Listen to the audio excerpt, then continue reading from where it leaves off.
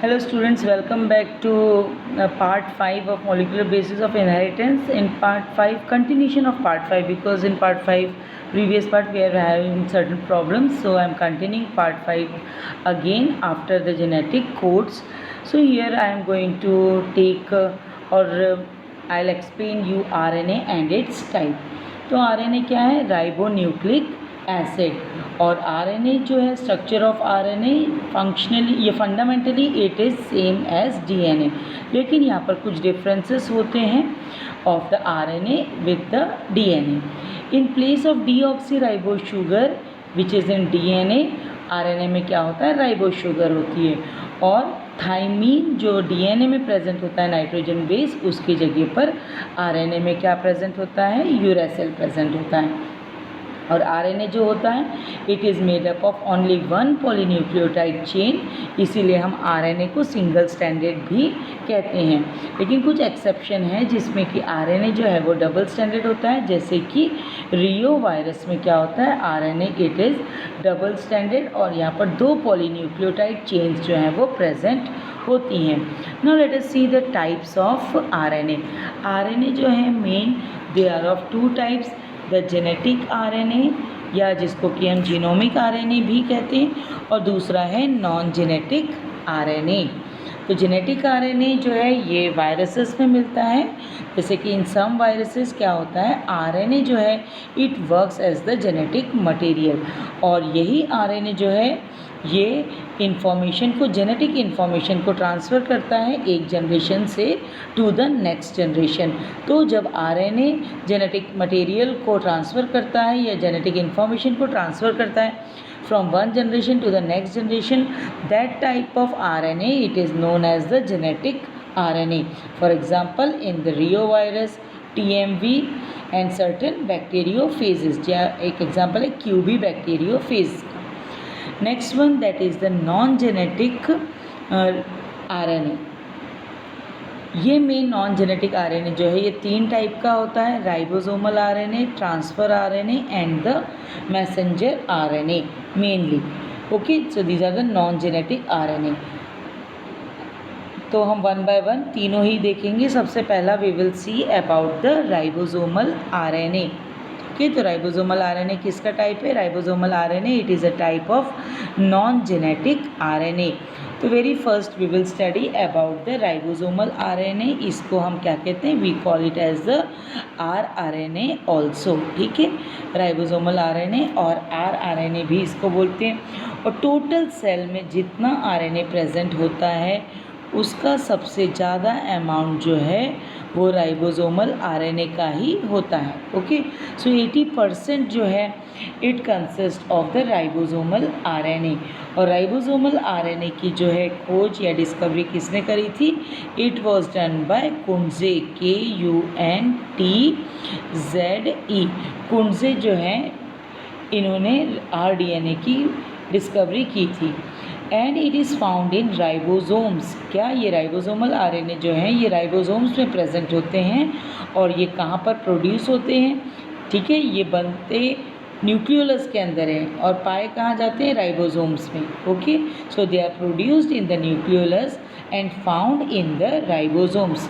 और ये जो है सारे ही राइबोसोम्स के जो टाइप हैं, tRNA है, मैसेंजर आरएनए है, SNRNA है, उन सब में सबसे स्टेबल जो है वो राइबोसोमल आरएनए ही होता है.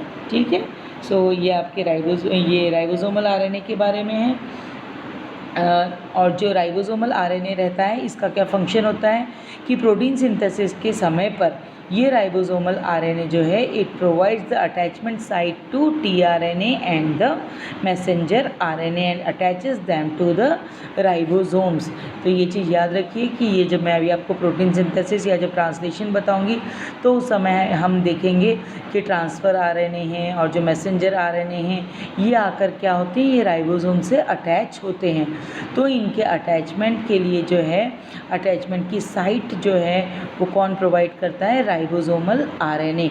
तो राइबोसोमल आरएनए जो हैं they provide the attachment site to the tRNA and the messenger RNA at the time of protein synthesis। और फिर ये क्या करते हैं, उसको राइबोसोम से अटैच कर देते हैं, इन दोनों ही आरएनए को, इन दोनों आरएनए को, टीआरएनए को और मैसेंजर आरएनए को राइबोसोम से अटैच करने के लिए कौन हेल्प करता है, ribosomal RNA. So ribosomal RNA, it attaches tRNA to the larger subunit of the ribosome और messenger RNA to the smaller subunit of the ribosome। देखिए मैं एक चीज़ बताऊँ आपको कि जो राइबोसोम्स होते हैं इसकी 2 सब यूनिट होती है। इस तरीके से राइबोसोम जो होता है वो होता है, एक जो होती है ये स्मॉल सब यूनिट होती है और एक जो होती है वो लार्जर सब यूनिट होती है। तो tRNA जो होता है वो आकर इससे अटैच होता है, tRNA जो है it attaches to the larger subunit and the messenger RNA it attaches to the small subunit. ठीक है, मैसेंजर RNA आके इस ढंग से स्मॉल सब यूनिट के साथ अटैच होता है। ठीक है, तो इनको अटैचमेंट के लिए कौन हेल्प कर रहा है, ribosomal RNA। Okay, now next let us see about the tRNA और the transfer RNA। next क्या है हमारा, tRNA या ट्रांसफ़र RNA। ओके, तो ये tRNA जो है it is the total 10 to 15% of the total RNA। वो था राइबोसोमल RNA, इट वाज 80%, और ये जो होता है it is only 10 to 15% of the total RNA। और ये जो है, ये देखिए राइबोसोमल RNA जो था it was synthesised in nucleolus and found in ribosomes. यहाँ पर क्या है, ये tRNA जो है it is synthesised by the nucleus by DNA। ये न्यूक्लियस में जो DNA प्रेजेंट होता है वो जो है ये tRNA का फॉर्मेशन करता है या उसको सिंथेसाइज करता है। ये जो tRNA है it is also called as the soluble RNA। tRNA का एक और नाम है, इसको हम कहते हैं सॉल्यूबल RNA भी बोला जाता है, और ये सबसे छोटे RNA होते हैं। So tRNA they are the smallest RNA, बहुत छोटे होने के कारण इनको हम सॉल्यूबल RNA भी कहते हैं। और क्या है, एक और इसका नाम है, it is also called as the adapter RNA। It is also called as the adapter RNA भी बोलते हैं। अभी मैं आपको बताऊंगी इसको क्यों एडाप्टर मॉलिक्यूल जो है वो कहा जाता है। अब इसका मेन फंक्शन क्या है कि प्रोटीन सिंथेसिस के समय, okay, eight the time of protein synthesis ये जो हैं ये अमीनो एसिड के कैरियर की तरह वर्क करते हैं। क्या, so at the time of protein synthesis it acts as a carrier of the amino acids. अभी मैं आपको बताऊंगी, इसमें अलग अलग लूप्स होते हैं। तो एक जो है अमीनो एसिड का अटैचमेंट साइट होता है या कैरियर साइट कहलाता है, जिसमें कि अमीनो एसिड अटैच होता है। तो this is called as the it acts as a carrier of the amino acid also. Now let us see this molecule का जो स्ट्रक्चर है इन डिटेल। tRNA जो होता है it reads the code and bind to the specific amino acid. tRNA जो है ये क्या करता है, किसको रीड करता है, कोड्स को रीड करता है। ये कोड्स कहाँ प्रेजेंट होते हैं, मैसेंजर RNA पे प्रेजेंट होते हैं। तो tRNA जो है मैसेंजर RNA जो कि DNA से आया है, उसमें क्या है, जेनेटिक कोड है। किसके लिए जेनेटिक कोड है, कि कौन सा प्रोटीन बनना है, तो उसके कोड हैं उसकी इसमें। अब कौन सा प्रोटीन बनना है उसके लिए अमीनो एसिड की ज़रूरत है, तो ये स्पेसिफिक अमीनो एसिड्स जो है वो कौन लेकर आता है, वो tRNA लेकर आता है। ठीक है, सो ये क्या करता है, tRNA स्पेसिफिक अमीनो एसिड को रीड करता है। कैसे रीड करता है, क्योंकि इसमें एक एंटीकोडॉन लूप प्रेजेंट होता है that has the bases for the complementary code. Okay, यहाँ पर इसके डायग्राम से आप और समझिए। Can see this is the structure of a transfer RNA। Okay, तो ये जो स्ट्रक्चर या ये जो मॉडल था क्लोवर लीफ मॉडल, ये ठीक है, this is also called as the clover leaf model. Long के भी जो लॉन्ग रहती है उसके जैसा ये स्ट्रक्चर होता है। ये स्ट्रक्चर जो था इट वाज प्रेजेंटेड बाय हॉली। तो ये जो है it is the 2 dimensional structure. So two-dimensional structure of the tRNA, it appears like a clover leaf. But इसका जो अगर थ्री डायमेंशनल हम व्यू देखते हैं तो ये जो थ्री डायमेंशनल स्ट्रक्चर जो था इट वाज गिवन बाय किम, और ये जो है it appeared like the inverted L. ये देखिए उल्टे एल जैसा जो है ये स्ट्रक्चर दिखाई देता है, like this it is a structure like an inverted L.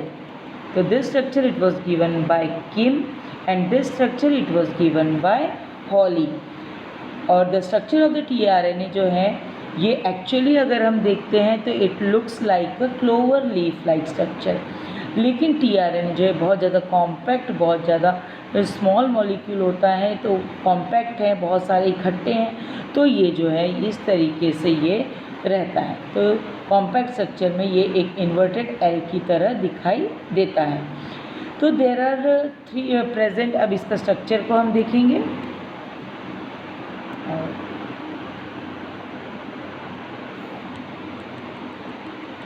Let us see the structure with over here. So there are three nucleotides present. Particular nucleotide की सीक्वेंस जो है वो प्रेजेंट होती है इसके 3' एंड पे। देखिए this is the 3' end of RNA। इसमें आप देखेंगे कि 3 न्यूक्लियोटाइड की पर्टिकुलर सीक्वेंस ACC या CCA it is present, okay, CCNA, this is present at the 3' end, okay। और उसके बाद जो 5' एंड पे हैं लास्ट में, वहाँ पर क्या है 5' एंड पे ग्वानिन जो है इट इज़ प्रेजेंट। तो 5' एंड पे जो है ग्वानिन प्रेजेंट है और 3' एंड पे जो है CCA इट इज़ प्रेजेंट। तो 3' एंड जो है इसका, ये वाला जो 3' एंड है, this is also called as the acceptor end. इसको हम एक्सेप्टर एंड भी कहते हैं। क्यों कहते हैं इसको एक्सेप्टर एंड? देखिए ये वाला जो है दिस इज़, ठीक है, this is called as the acceptor end because tRNA it accepts amino acids at the acceptor point. इसी एक्सेप्टर पॉइंट पे आप देखिए इसको हमने यहाँ attach amino acid attachment site भी कहा है, क्योंकि इसी जगह पर आकर जो है अमीनो एसिड यहाँ पर एक्सेप्ट किए जाते हैं, ठीक है। तो tRNA जो है it accepts the amino acid at this acceptor point only and amino acid binds to the 3' end by the COO। ये 3' एंड पे OH ग्रुप होता है, तो 3' एंड के OH ग्रुप के साथ जो है अमीनो एसिड का COOH ग्रुप जो है वो अटैच हो जाता है, ठीक है। Then the molecule of the RNA, जो tRNA का जो मॉलिक्यूल है ये फोल्डेड होता है। तो फोल्डिंग के समय क्या होता है कि कुछ नाइट्रोजन बेसेस एक दूसरे के अक्रॉस आ जाता है। अब देखिए ये इस तरीके से फोल्डिंग हुई है यहाँ पर। तो ये फोल्डिंग में क्या है कि कुछ नाइट्रोजन बेसेस जो हैं वो एक दूसरे के आमने सामने आ गए। यहाँ पर भी हम देख सकते हैं लाइक दिस, यहाँ नाइट्रोजन बेसिस इस तरीके से आ गए। तो जब ये नाइट्रोजन बेसिस एक दूसरे के अक्रॉस आ जाते हैं तो ये क्या करते हैं, दे bind with each other with the formation of the hydrogen bonds. ये यहाँ पर क्या करते हैं, हाइड्रोजन बॉन्ड्स का फॉर्मेशन कर लेते हैं, ओके। ये देखिए ये हाइड्रोजन बॉन्ड्स का फॉर्मेशन हुआ है, okay, like this. So hydrogen bonds they formed in between the bases. There are some places, ऐसे भी कुछ जगह हैं जहाँ पर कि हाइड्रोजन बॉन्ड्स का फॉर्मेशन नहीं हुआ है। इन प्लेसेस को हम कहते हैं loops, okay. So here you can see this loop and this loop. यहाँ पर क्या है, किसी भी हाइड्रोजन बॉन्ड का फॉर्मेशन नहीं हुआ है, ओके। इनको हम क्या कहते हैं, इनको लूप्स कहते हैं। So there are some places where the hydrogen bonds they are not formed, this places they are known as the loops. अब देखिए लूप्स को अलग अलग से देखेंगे, ये एक अलग लूप है, ये अलग लूप है और ये एक अलग लूप है। This are the different loops which you can see over here, this one and this one. ये तो हमने ये वाली साइड देख ली, अमीनो एसिड अटैचमेंट साइट, ये यहाँ पर हमने देखी थी, जिसको कि हम कैरियर एंड भी कहते हैं। Now let us see the different types of loop. सबसे पहला वाला जो है that is the attachment loop, या इसको हम T5C लूप भी कहते हैं। ठीक है, ये वाला जो है इसको हम T5 वाला जो है आता है इस तरीके से T5C लूप भी कहते हैं, या इसको हम अटैचमेंट लूप भी बोलते हैं। This loop connects the tRNA to the larger subunit of the ribosomes. मैंने आपको पहले भी बताया था, राइबोसोम्स के लार्जर सब यूनिट पे आकर tRNA जो है वो जुड़ते हैं। तो ये tRNA जब जुड़ेंगे तो उसके लिए जो है ये लूप जो है इस लूप से वो कनेक्ट होता है। ठीक है, like this from year. So this loop it connects the tRNA to the larger subunit of the ribosomes। तो इस जगह पर ये जाके राइबोसोम से अटैच हो जाएगा इस लूप की मदद से। Next is the recognition loop और द एंटीकोडॉन लूप। ये वाला जो है this is the anticodon loop, ये वाला यहाँ पर this is the anticodon loop. ये क्या करता है, it binds with the messenger RNA। This is the most specific loop. इस एंटीकोडॉन लूप को ही हम रिकॉग्निशन लूप भी कहते हैं, और ये तीनों ही लूप में सबसे ज़्यादा स्पेसिफिक लूप होता है tRNA में। और तो ये क्या है, ये जो रिकॉग्निशन लूप है this is the most specific loop of the tRNA and different types of tRNA। देखिए मैंने आपको पहले भी कहा था कि अगर 20 टाइप्स के अमीनो एसिड्स हैं तो उन 20 टाइप्स के अमीनो एसिड्स के लिए 20 टाइप के tRNA जो है वो प्रेजेंट होंगे। तो इसी तरीके से क्या है कि ये जो रिकॉग्निशन लूप है या जो कि ये एंटीकोडॉन लूप होते हैं ये भी क्या होंगे, हर tRNA के लिए स्पेसिफिक या अलग तरह के ही होंगे। Okay, so there are specific sequence of the 3 nucleotides which are called as the anticodons. जो कोडॉन्स मैसेंजर RNA में होते हैं, समझिए कि मैसेंजर RNA में जो है कोडॉन अगर AUG है, ओके, मैसेंजर RNA में कोडॉन क्या है, AUG है, तो एंटीकोडॉन जो कि tRNA है उसमें क्या होगा, UAC। ओके, ये जो है ये कोडॉन UAC जो है ये tRNA में होगा, तो ये tRNA का एंटीकोडॉन कहलाएगा, क्योंकि ये कोडॉन है इसका कॉम्प्लीमेंट्री ये है एंटीकोडॉन। तो मैसेंजर RNA में जो कोडॉन होंगे उसके कॉम्प्लीमेंट्री एंटीकोडॉन जो हैं हर tRNA में अलग अलग होंगे, तभी वो एक एक कोडॉन को रिकॉग्नाइज करेंगे और उसके लिए स्पेसिफिक अमीनो एसिड को रिकॉग्नाइज कर कर आकर अटैच करेंगे। ओके, ये चीज़ जो है ये कॉन्सेप्ट आप इसको अच्छे से समझिएगा। अभी मैं ट्रांसलेशन में इसको और क्लियर करूँगी आपको। So tRNA it recognizes its place on messenger RNA।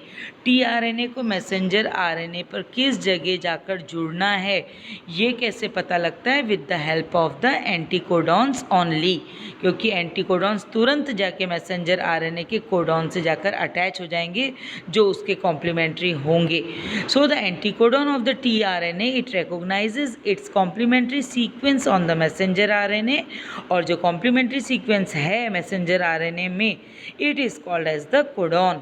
उसको क्या बोला जाता है, कोडॉन बोला जाता है। Now the next loop it is called as the DHU loop. ठीक है, ये दूसरा वाला है, it is called as the DHU loop. यहाँ पर इसका उल्टा हम देख रहे हैं इसीलिए this is the DHU loop. तो DHU लूप जो है इसको हम एंजाइम साइट भी बोलेंगे, क्योंकि यहाँ पर आकर स्पेसिफिक टाइप का एंजाइम जो है वो जुड़ेगा। अब देखिए हमने देखा कि अलग टाइप का अमीनो एसिड, उसके लिए स्पेसिफिक टाइप का tRNA, उसके लिए स्पेसिफिक टाइप का एंटीकोडॉन। तो अगर ये सारे अलग अलग हैं तो एंजाइम भी अलग ही होना चाहिए। तो वैसा ही स्पेसिफिक अमीनो एसिड के लिए पहचानने वाला एंजाइम होता है, that enzyme it is called as amino acyl synthetase enzyme, या अमीनो एसाइल tRNA सिंथेटेज भी बोलते हैं।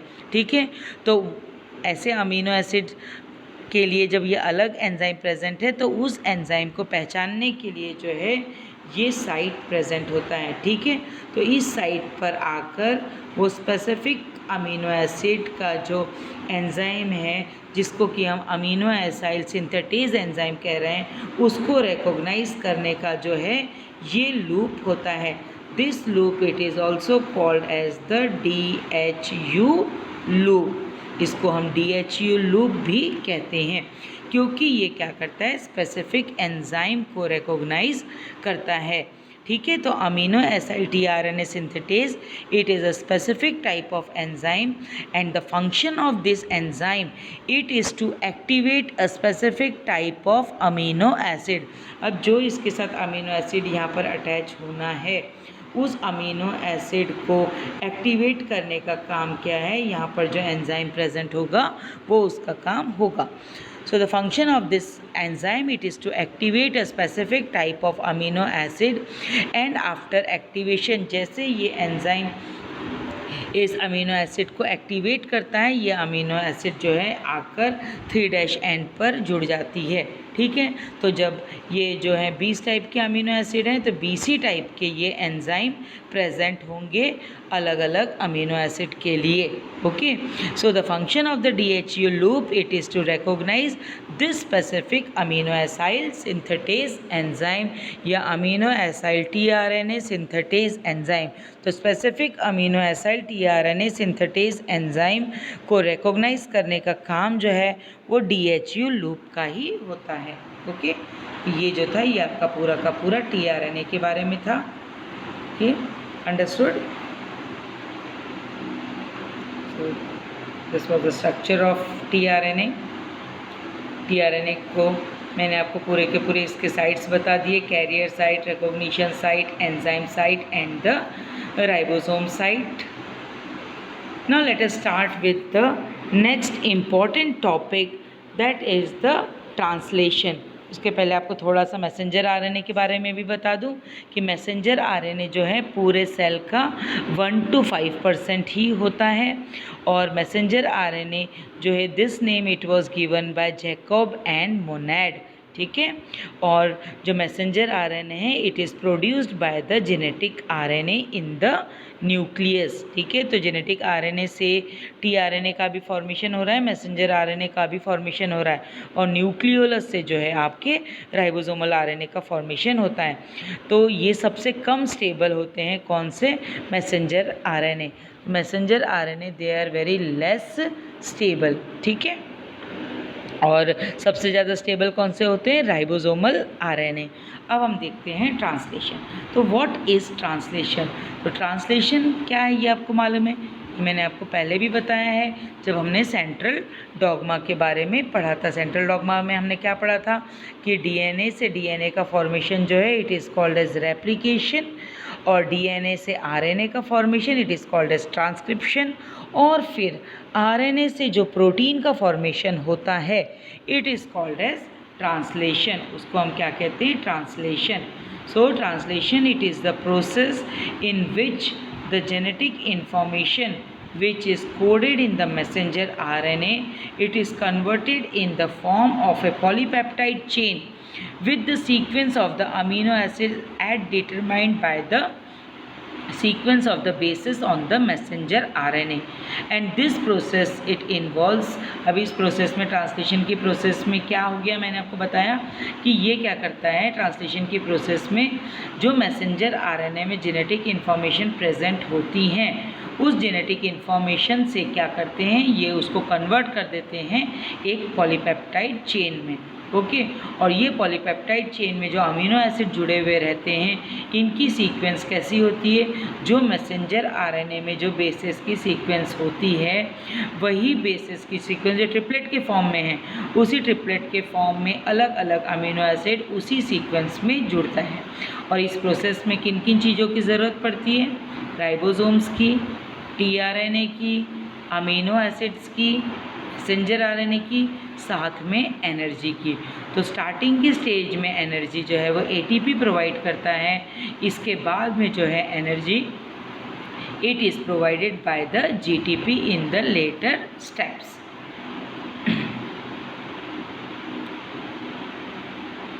ये translation Now let us see the steps of translation. So there are two major steps in the process of translation which are as follows. First जो है सबसे पहले जो ट्रांसलेशन की प्रोसेस है उसमें पहली स्टेप जो है उसको हम कहते हैं चार्जिंग ऑफ टीआरएनए या अमीनो एसाइलेशन ऑफ टीआरएनए। इसका मतलब क्या हो गया कि चार्जिंग जो है टीआरएनए का चार्ज होने का मतलब है कि टीआरएनए के साथ अमीनो एसिड का जुड़ना, that is called as amino acylation of tRNA और चार्जिंग ऑफ टीआरएनए। उसके बाद सेकेंड स्टेप में क्या होता है कि पेप्टाइड बॉन्ड की हेल्प से पॉलीपेप्टाइड का सिंथेसिस, पॉलीपेप्टाइड यानी कि प्रोटीन सिंथेसिस, जब बहुत सारे अमीनो एसिड्स जो हैं वो जुड़ते हैं, ठीक है, when many amino acids they join with the help of the peptide bonds, this is called as a polypeptide chain और अ प्रोटीन। ठीक है, इसको हम क्या कहते हैं, पॉलीपेप्टाइड चेन या प्रोटीन कहते हैं। तो सेकेंड स्टेप में क्या होगा कि पेप्टाइड बॉन्ड से पॉलीपेप्टाइड का सिंथेसिस होगा या प्रोटीन का सिंथेसिस होगा। तो there are two major steps in translation. First is the charging of tRNA और amino acylation of tRNA and the second step it is the polypeptide synthesis और the formation of the peptide bonds. Now let us see the first step, that is the charging of the tRNA और amino acylation of tRNA। इसका मतलब है कि it is the process in which कोई specific, अब देखिए हमने ये पहले भी बताया था आपको कि जो स्पेसिफिक टीआरएनए होते हैं उसके साथ स्पेसिफिक अमीनो एसिड्स जो हैं वही लिंक्ड होते हैं या वही अटैच होते हैं और उनके लिए उनका स्पेसिफिक एंजाइम जो है वो भी प्रेजेंट होता है। तो यहाँ पर तीनों ही चीज़ों का यूज़ होगा कि it is the process in which a specific amino acid it becomes linked to a specific tRNA and this process it is catalyzed by the enzyme amino acyl tRNA synthetase। Enzyme को क्या कह रहे हैं, amino acyl tRNA synthetase. तो charging of the tRNA या amino acylation of the tRNA जो है इसमें क्या हो गया, सबसे पहली प्रोसेस में क्या हो गया, स्पेसिफिक अमीनो एसिड किसी स्पेसिफिक टीआरएनए के साथ जुड़ेगा या लिंक होगा और इसमें हेल्प करने वाला एंजाइम या कैटेलाइज करने वाला जो एंजाइम है that is amino acyl tRNA synthetase. तो ये जो चार्जिंग है टीआरएनए की ये भी दो स्टेप्स में पूरी होगी। पहली स्टेप में क्या होगा, हमने बोला कि इनिशियल स्टेप्स में टीआरएनए लगेगा, इसके बाद के स्टेप्स में जीटीपी का यूज़ होगा। तो सबसे पहली स्टेप जिसमें कि अमीनो एसिड जो है वो एक्टिवेट या वो चार्ज होगा। तो इन द फर्स्ट स्टेप, अब अमीनो एसिड सब साइटोप्लाज्म में प्रेजेंट है, अब एक पहले तो क्या होगा, अमीनो एसिड एक्टिवेट होगा। तो in the first step an amino acid it reacts with ATP. सबसे पहली स्टेप में क्या होगा कि एक अमीनो एसिड जो है ये क्या करेगा, ये एक एटीपी के साथ रिएक्ट करेगा। It will react with an ATP again in the presence of the enzyme amino acyl tRNA synthetase. इसकी प्रेजेंस में क्या करेगा, ये अमीनो एसिड ये इसके एक्टिवेटेड फॉर्म में टूट जाएगा। ठीक है, इसके एक्टिवेटेड फॉर्म का नाम जो इन्हें दिया है that is amino acyl adenylic acid. क्या बना है यहाँ पर, अमीनो एसाइल एडिनाइलिक एसिड, या ये एक्टिवेटेड अमीनो एसिड भी कहलाता है या ये amino acyl AMP enzyme complex भी कहलाता है। और इसके साथ साथ क्या होता है, दो फॉस्फोरस के जो मॉलिक्यूल हैं वो रिलीज़ हो जाते हैं और क्या बन गया यहाँ पर आपका अमीनो एसाइल एडिनाइलिक एसिड और द एक्टिवेटेड अमीनो एसिड। ठीक है, अब ये अमीनो एसिड कैसा हो गया, एक्टिवेटेड हो गया, इसके साथ एटीपी भी जुड़ गया, इसके साथ ये एंजाइम का कॉम्प्लेक्स का फॉर्मेशन हो गया। अब अमीनो एसिड एटीपी और एंजाइम का पूरा कॉम्प्लेक्स जो है उसका फॉर्मेशन हो गया, that is called as the amino acyl adenylic acid या एक्टिवेटेड अमीनो एसिड भी इसको बोलते हैं। ठीक, ये हो गया आपका इसका फर्स्ट स्टेप।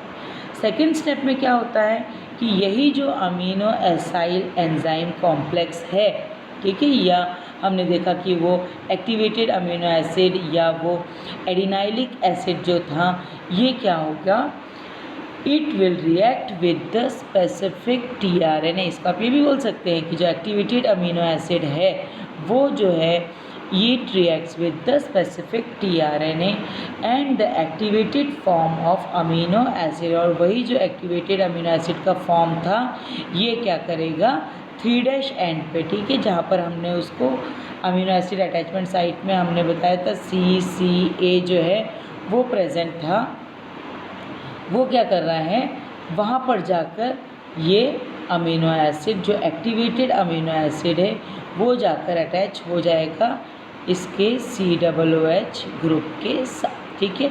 एसिड है तो एसिड में कौन सा ग्रुप होगा, COOH group. It is present in the amino acid, वो जाकर जो COOH ग्रुप है वो यहाँ पर 3' एंड पे, आपको पता है कि 2 एंड होंगे यहाँ पर 3' एंड, ठीक है। तो 3' एंड पे क्या होता है OH ग्रुप होता है, तो 3' एंड पे जो OH ग्रुप है उससे जाकर अमीनो एसिड, कौन सा amino acid, activated amino acid जो है उसका OH ग्रुप के साथ जाकर वो जुड़ जाता है या अटैच हो जाता है, ठीक है।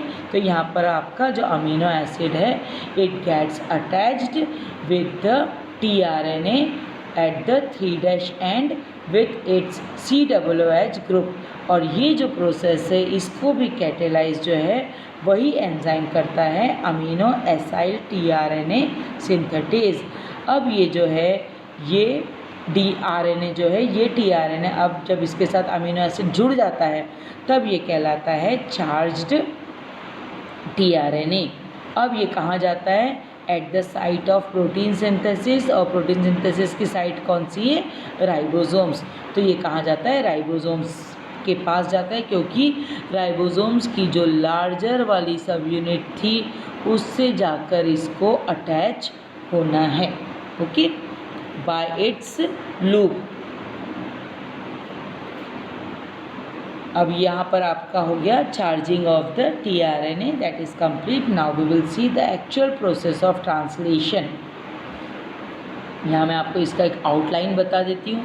देखिए जो राइबोसोम्स होते हैं 2 सब यूनिट में प्रेजेंट होते हैं, ये इसकी लार्ज सब यूनिट, ये इसकी स्मॉल सब unit, okay. Small subunit के साथ मैसेंजर RNA जुड़ता है, लार्ज सब यूनिट के साथ जो है वो tRNA अटैच होता है। ये यहाँ पर जो है ये ग्रीन कलर की लाइनिंग वाला जो है this is the messenger RNA, और ये प्रोटीन्स का फॉर्मेशन देखिए ये होता जा रहा है, this is the formation of the protein. जब पूरी तरीके से प्रोटीन बन जाता है, लास्ट में जैसे ही स्टॉप कोडॉन आता है प्रोसेस जो है वो स्टॉप हो जाती है और दोनों राइबोसोम्स की सब यूनिट्स अलग हो जाती हैं, मैसेंजर RNA अलग हो जाता है, और जो राइबोसोम्स से जो ये प्रोटीन का फॉर्मेशन हो गया ये पॉलीपेप्टाइड चेन जो है वो सेपरेट हो जाती है। तो ये एक आउटलाइन है आपके ट्रांसलेशन की, इसको मैं डिटेल में आपको बताती हूँ। Very important and a very good process, इसको आप समझिए। देखिए फर्स्ट स्टेप में क्या होगा,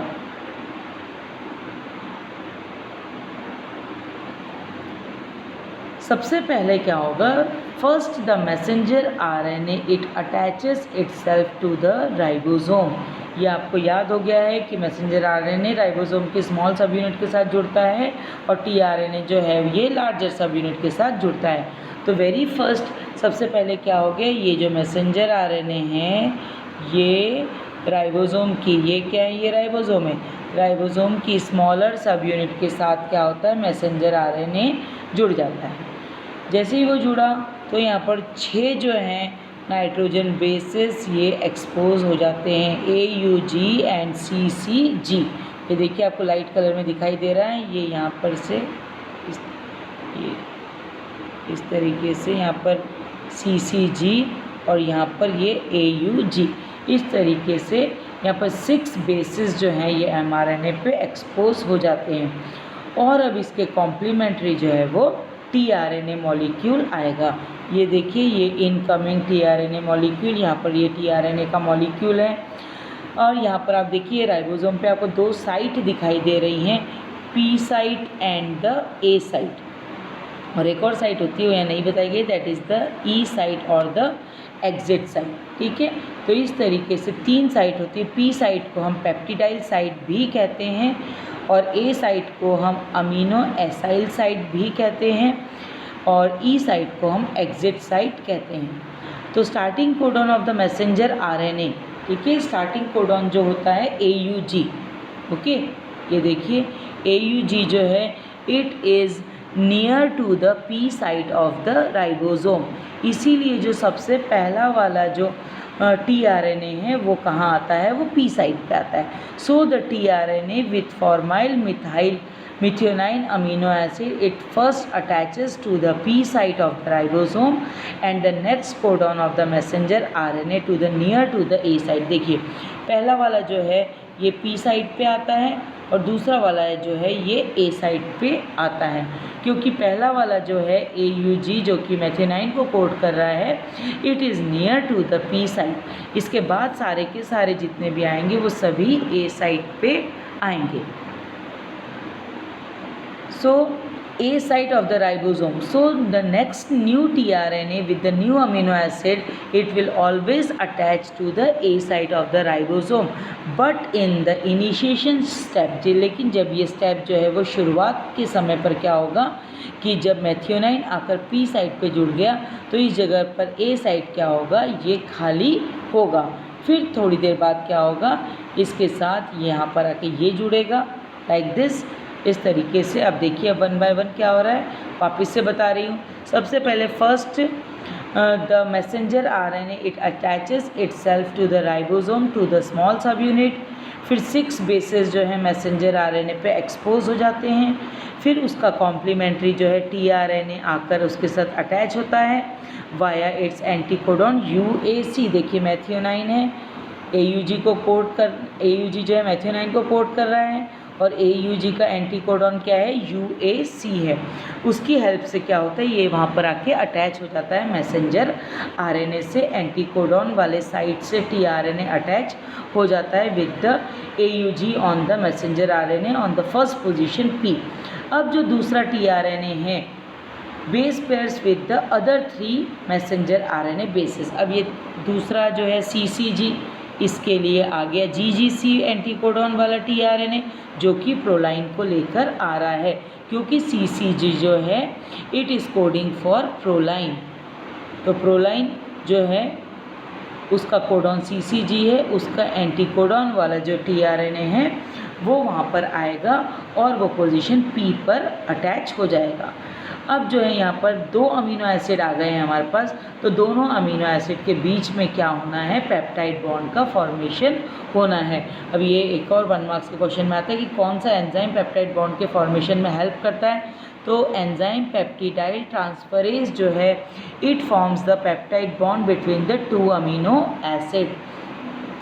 अब जैसे ही यहाँ पर दोनों अमीनो एसिड आ गए, द फर्स्ट tRNA, ये जो पहला वाला tRNA है ये क्या करेगा, ये अपने अमीनो एसिड को, उसका जो अमीनो एसिड है मेथियोनाइन, वो जाकर अटैच हो जाता है इस प्रोलाइन के साथ, ये वाले दूसरे वाले अमीनो एसिड के साथ अटैच हो जाता है with the help of the peptide bond. और फिर अब ये जो UAC वाला जो पहला tRNA है, ठीक है, अब इसकी यहाँ ज़रूरत नहीं है, इसने अपना अमीनो एसिड दे दिया। अब ये यहाँ से बाहर निकल जाएगा without the amino acid and leaves the ribosome. जैसे ही उसका अमीनो एसिड अटैच हो गया जाके दूसरे वाले अमीनो एसिड के साथ, तब ये क्या करेगा, राइबोसोम को छोड़कर चला जाएगा। द सेम वे ऐसे ही जो क्या होगा, अब राइबोसोम जो हैं ये आगे बढ़ेंगे। यहाँ हमने देख लिया कि ये AUG का काम हो गया, CCG का काम हो गया। इस तरीके से अब फिर जो है अगला अमीनो एसिड जो है वो ओपन हो जाता है। यहाँ पर ये अगला नाइट्रोजन बेस जो है वो एक्सपोज हो गया UAU का। तो UAU जो है उसके लिए जो है दूसरा ट्रांसफ़र RNA आया जो कि टायरोसिन के लिए है। ये UAU का जो है एंटीकोडॉन AUA है। ओके, UAU का एंटीकोडॉन क्या है, AUA। ये आकर इसके साथ अटैच हो जाता है। जब ये अटैच हो गया यहाँ पर, तब क्या करेंगे, ये दोनों जो हैं जाकर इसके साथ अटैच हो गए। ये देखिए ये यहाँ पर से ये मेथियोनाइन, प्रोलाइन और टायरोसिन ये जाकर इसके साथ अटैच हो गए। अब ये क्या होगा, ये वाला जो है ये यहाँ से बाहर हो जाएगा और यहाँ पर 3 अमीनो एसिड का फॉर्मेशन हो गया। ये प्रोसेस तब तक चलती रहेगी जब तक कि ये स्टॉप कोडॉन UAA जो है नहीं आ जाता। तब तक जो है इसके साथ अमीनो एसिड इसी तरीके से A साइड पे आते जाएंगे और जो पॉलीपेप्टाइड चेन है इसको लंबा करते जाएंगे। तो growing polypeptide it is formed in this way until the stop codon is reached. जैसे स्टॉप कोडॉन आएगा ये प्रोसेस जो है वो स्टॉप हो जाती है। अब देखिए ट्रांसलेशनल यूनिट क्या होती है। That a translational unit in a messenger RNA it is the sequence of the RNA। जैसे हमने वहाँ पर ट्रांसक्रिप्शन की यूनिट देखी थी, उसमें हमने देखा था कि प्रमोटर था, टर्मिनेटर था, उसके बीच में स्ट्रक्चरल जीन्स थे जो कि मैसेंजर RNA का फॉर्मेशन कर रहे थे। और इसी तरीके से ट्रांसलेशन की यूनिट में क्या होगा, ये एक RNA की ऐसी सीक्वेंस है which is flanked by the start codon. Start codon क्या है आपका AUNG, स्टार्ट कोडॉन रहेगा। और लास्ट में क्या रहेगा, उसके दूसरे एंड पे क्या होगा, स्टॉप कोडॉन रहेंगे। Okay, so what they are saying कि a translational unit of the messenger RNA it is the sequence of the RNA that is flanked by the start codon and the stop codon and codes for a polypeptide starts from the AUG and ends at the stop codon। ठीक है, stop codon या UAA, UAG, UGA कुछ भी हो सकता है और पूरा का पूरा जो है किसी पॉलीपेप्टाइड को कोड करता है। ये कहलाती है एक ट्रांसलेशनल यूनिट। अब मैसेंजर RNA में क्या होता है, कुछ ऐसी यूनिट्स भी होती हैं जो कि ट्रांसलेट नहीं होती। Okay, so there are some additional sequences. वो एडिशनल सीक्वेंस हमने ट्रांसक्रिप्शन यूनिट में भी देखा था कि प्रमोटर के आगे और ये टर्मिनेटर के पीछे कुछ ऐसे जो है ऐसी चेन्स या ऐसे सीक्वेंसेस भी प्रेजेंट हैं जो कि सिर्फ एफिशिएंट ट्रांसक्रिप्शन की प्रोसेस में ही हेल्प करते हैं, वो कोई मैसेंजर RNA के बनाने में हेल्प नहीं करते हैं। इसी तरीके से ट्रांसलेशन में भी क्या है कि जो स्टार्ट कोडॉन है और जो स्टॉप कोडॉन है उनके साइड में या उनके पास में कुछ ऐसे सीक्वेंसेस या ऐसे कोडॉन्स जो हैं वो प्रेजेंट होते हैं जो कि किसी को भी कोड नहीं करते या वो ट्रांसलेट नहीं होते। ये सीक्वेंसेस जो हैं, ये एडिशनल सीक्वेंसेस जो हैं, they are not translated. So this additional sequences they are called as the untranslated region या UTR। तो ये UTR जो है दोनों ही तरफ प्रेजेंट होंगे, 5' एंड पे भी प्रेजेंट होंगे और 3' एंड पे भी प्रेजेंट होंगे। सो 5' एंड पे आपका प्रोसेस स्टार्ट होती है, तो स्टार्ट कोडॉन यहाँ पर है, तो इसके आगे तो बिफोर द स्टार्ट कोडॉन और यहाँ पर स्टॉप कोडॉन है आपके 3' एंड पे, तो स्टार्ट कोडॉन स्टॉप कोडॉन के बैक साइड में after the stop codon and before the start codon जो हैं ये प्रेजेंट होते हैं। These are the untranslated regions. तो they are required for the efficient translation process. जो ट्रांसलेशन की प्रोसेस होती है अभी हम आगे देखेंगे लैकोपेरॉन वगैरह में, तब आपको ये अनट्रांसलेटेड रीजन का समझ में आ जाएगा कि इनकी ज़रूरत जो है एक ट्रांसलेशन की प्रोसेस को एफिशिएंटली वर्क करने के लिए ज़रूरी होती है।